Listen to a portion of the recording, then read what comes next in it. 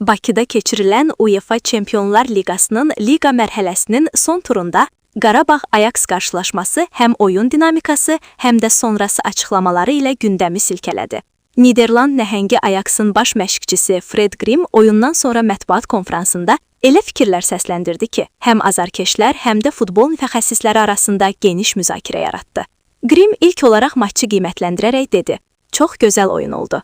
O, Bakıda atmosferin inanılmaz olduğunu vurğuladı və həm həqibin, həm də azarkeşlərin böyük təsir göstərdiyini bildirdi. Amma ən diqqət çəkən hissə məhz bu oldu. Qarabağı buna görə məğlub etdik.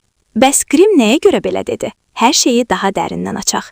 Qarabağla oyun heç də Ayaks üçün asan olmadı. Hətta maçın ilk hissəsində Ağdamlılar oyuna daha dominant başladı. Hücumda daha kəsərli idi və qolları da məhz bu enerjidən doğdu.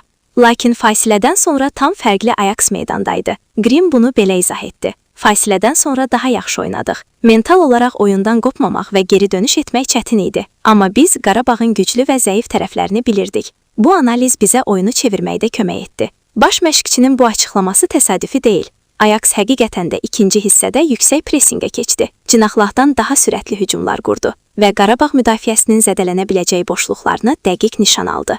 Grim bunu açıq şəkildə dedi: "Rəqibi çox yaxşı təhlil etmişdik, zəif nöqtələrini bilirdik. Bu səbəbdən oyunu ələ aldıq və nəticə qazandıq."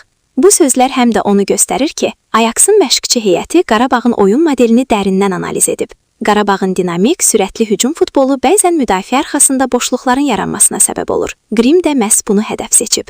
Oyun sonrası daha bir mühüm məqam isə azarkeşlərlə bağlıdır. Grim dedi: "Bizi Bakıda dəstəkləyən fanatlara təşəkkür edirəm. Möhtəşəm atmosfer var idi. Bakıdakı atmosferin hər zaman yüksək səviyyədə olduğu məlumdur və bu dəfə də fərq edilmədi." Grim bunun komandasına güc verdiyini bildirdi. Ümumilikdə bu oyun Qarabağ üçün məğlubiyyət olsa da, performans baxımından yüksək səviyyədə idi. Məşqçinin belə komplimentlər verməsi də təsadüf deyil. Çünki Qarabağ Çempionlar Liqasında həmişə diqqət mərkəzində olan komandalardan biridir.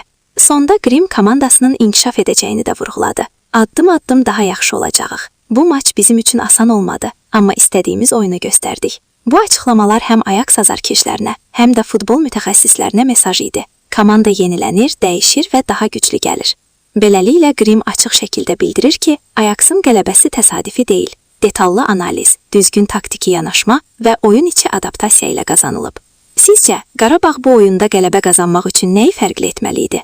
Ən son idman xəbərləri və eksklüziv açıqlamalar üçün kanala abunə ol.